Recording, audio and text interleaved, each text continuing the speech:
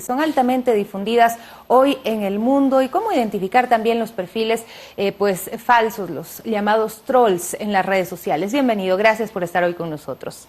Buenos días y gracias por la invitación. Bueno, complejo escenario en el que se presentan estas noticias falsas. Nosotros escuchábamos el testimonio, por ejemplo, de un policía que fue secuestrado en Calderón, en el sector de Calderón, y él relataba que en un momento llegaba mucha gente con el rumor, con la noticia que se había publicado de que se había matado a 15 personas, entonces toda la gente que estaba ahí empezó a decir, se mató 15 personas, ahora matamos 15 policías. Ese es el testimonio de uno de los policías que fue retenido en este sector de la ciudad. Es decir, las noticias falsas, más allá de tener un impacto mediático, pueden tener un efecto en la vida real y afectar seriamente a las personas. Sí, es un tema real y actual, sobre todo, que tiene mucho que ver con la... Hay tres factores que intervienen ahí, hablando ya en temas de comunicación digital. El uno es el filtro burbuja, que se conoce principalmente, el filtro burbuja es, tú vas a encontrar información en redes sociales que van de acuerdo a tus creencias. Hay algoritmos que de acuerdo a tu navegación, a la huella digital que tú vas dejando, van a entender cuáles son tus intereses y te va a presentar lo que tú buscas alrededor de esos intereses. Refuerzan las creencias personales. Refuerza tus creencias personales. Lo otro es la famosa cámara de eco, que es todas tus creencias personales, lo que ya los algoritmos de las redes sociales, de los buscadores, de los motores de búsqueda, han analizado qué es lo que tú crees y lo que tú buscas, lo que te gusta. La cámara de eco lo que hace es un fenómeno que esta información se amplifica, entonces tú crees que estás dentro de la visión dominante, si quieres, sobre un hecho. Y finalmente es la viralización.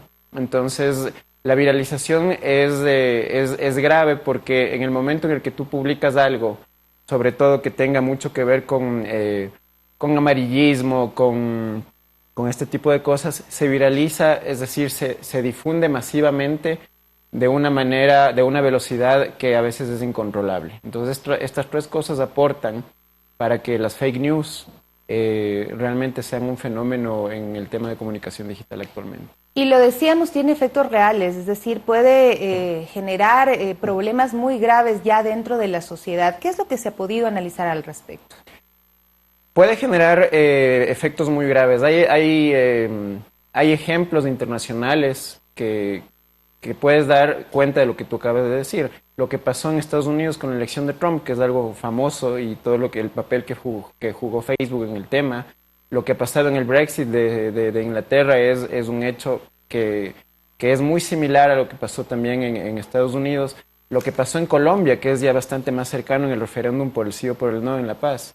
Entonces, en donde ganó el no y las fake news jugaron un hecho súper importante en eso. Entonces, ahí ves que hay efectos reales y hay efectos que tienen ya que ver muchísimo inclusive con tu calidad de vida en temas de opinión pública, ¿no? Ahora, ¿qué deben hacer los ciudadanos frente a la cantidad de cuentas falsas, a las redes sociales que nos ofrecen todo tipo de contenidos no verificados? Lo primero que se tiene que hacer es tener un pensamiento mucho más crítico frente a esto. No, si llega algo, como ya vimos, que te va a llegar que es afín a ti, de uno u otro tema, no necesariamente, y peor aún si es amplificado, si es muy amarillista, si es muy sensacionalista, tener un poco más de criterio para decir, a ver, lo que me está llegando primero es de una fuente confiable o no. ¿Quién me lo está enviando? Ahí hay un problema, mucha gente comparte noticias no por la fuente de la que viene, es decir, no el medio que lo estoy publicando, sino de quién te llega. Es decir, si esto me manda mi hermano, en quien lógicamente yo confío, voy a decir, no, esto sí es confiable, entonces lo difundo, en vez de ir directamente al medio que lo publica. Esto pasa mucho, por ejemplo, en las cadenas de WhatsApp. O sea, te llega un texto plano, absolutamente un texto larguísimo, donde tú lees y empiezas a leer, o te llega un audio en donde oyes y dices, esto está pasando. Pero como me envió mi hermano, me envió mi mamá, me enviaron del grupo de WhatsApp en donde estoy con mis amigos, digo, esto es confiable. Porque no estoy viendo realmente la fuente real de la información, sino quién me la envía, la afinidad que habíamos dicho. Entonces hay que ir directo al medio, analizar quién escribe, analizar la fecha inclusive, contrastar un poquito más, investigar si hay links en donde la noticia te publica links, ir al link, ver si ese link avala o no lo que tú estás viendo.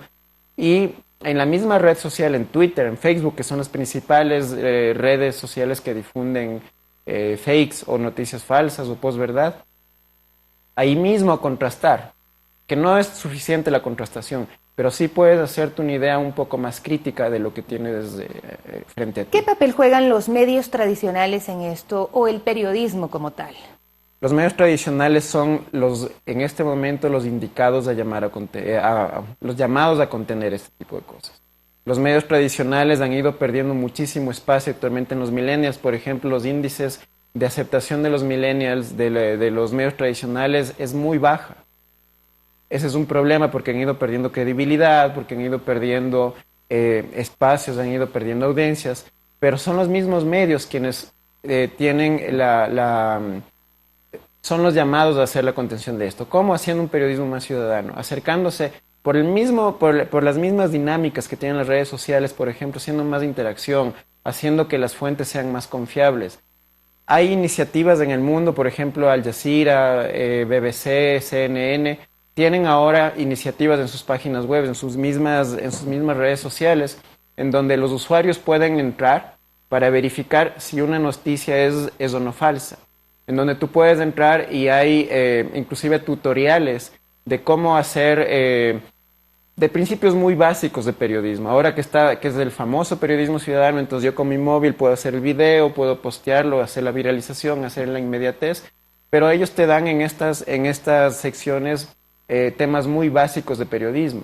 Entonces ahí puedes hacer un poco de intelección y a partir de esa intelección un poco de reflexión sobre lo que es la publicación de noticias y el impacto que tienen además en tu comunidad esas noticias. Porque se publican muchas fotografías, muchos videos que uno al final no sabe de dónde salieron. Hay mecanismos muy sencillos como el propio Google para poder detectar dónde se publicó por primera vez una fotografía.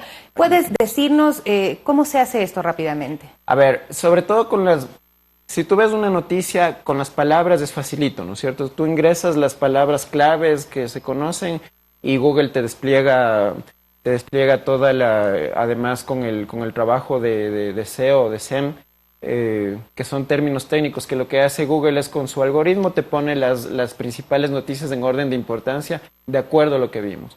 Con las fotografías es un poco más complicado, la gente con las palabras tú puedes entender que escribes en el buscador y te sale, pero con las fotografías se puede hacer, es de la búsqueda inversa que se llama. Tú tomas la fotografía, te vas a imagen, ahí tienes una parte en donde puedes incluir la fotografía y el momento que incluyes la fotografía, Google te va a desplegar exactamente lo mismo que te hace con las noticias, con la fotografía. Nosotros estamos viendo en este momento este tipo de sitios web que dice crea tu broma ahora. Es decir, hay creadores de noticias falsas al acceso de todos, incluso hay sitios especializados en hacer estas bromas que al final terminan teniendo un efecto bastante fuerte. Así de sencillo es.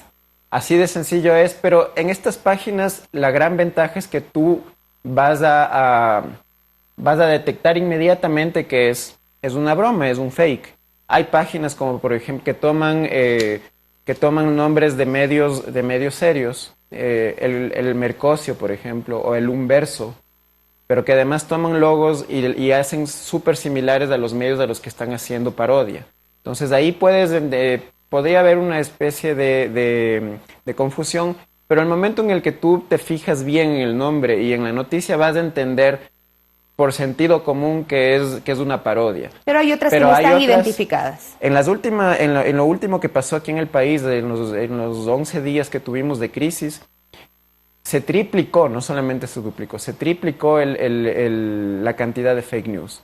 El problema esta vez, y fue algo muy interesante, es que para publicar estas fake news tomaron logotipos, los logos de los medios tradicionales y los publicaron con estos, es decir, tomaron la imagen de primera impresión, tomaron el logo de Telediario, pusieron, ahora hay editores en los mismos teléfonos que puedes hacer, cortaron y pegaron abajo la noticia alrededor de eso. Ahí, por ejemplo, el ejemplo que tú decías. Incluso comunicados oficiales, ¿no? Exactamente. El tema, eso es súper fácil. Entonces, lo que se tiene que hacer ahí sí es ir a la fuente oficial. Si te sacan Si te sacan un decreto presidencial en donde algo te suena mal, en donde no has oído anteriormente sobre el tema, entonces anda a la fuente oficial, anda a Presidencia, anda a las cuentas oficiales que tienes alrededor de Presidencia y de comunicación.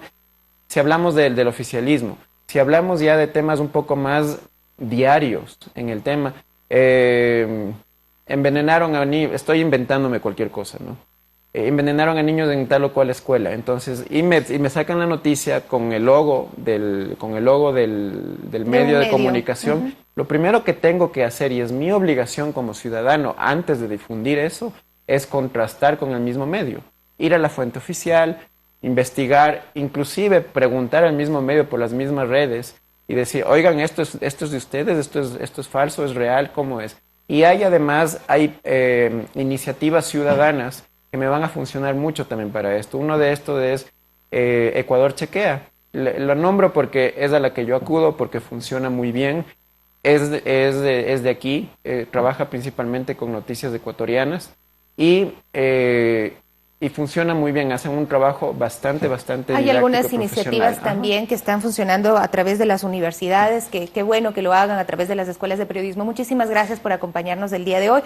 Se nos quedan pues varios temas como para hablar. Por ejemplo, tú mencionabas la posverdad, ¿no? Cómo después todos estas noticias falsas van creando una sensación de realidad sobre algo que pues nació de una mentira. Nosotros ya nos despedimos, amigos y amigas, les agradecemos por su sintonía. Enseguida viene Carla Larrea con más noticias en Telediario. Gracias a quienes nos siguieron en Ecuador TV, Gama Visión y por supuesto en Pública FM. Hasta el día de mañana.